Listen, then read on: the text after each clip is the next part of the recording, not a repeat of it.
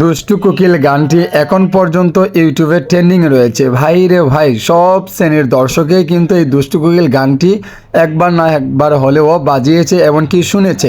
আমাদের অপার বাংলার মিমি চক্রবর্তী যে পারফরমেন্সগুলো করেছে, যে দুর্দান্ত লেগেছে। আজকে হঠাৎ করে দেখি আমাদের এখানে সিএনজিগুলোতে এই গানটি বাজিয়ে আনন্দ উল্লাস করছে। আমার কাছে ভালোই লেগেছিল। তাদেরকে বলেছিলাম এটা কার সিনেমার গান জানো? হ্যাঁ, বলে এটা সুপারস্টার শাকিব খানের। এই যে চমকটি, এই যে ধামাকাটি দিয়ে গিয়েছে আমাদেরকে শাকিব খান। তুফান সিনেমাতে এমন একটা দুর্দান্ত অভিনয় করেছে আমাদের শাকিব খান। এভরিথিং, সবারই কিন্তু অভিনয় দুর্দান্ত ছিল।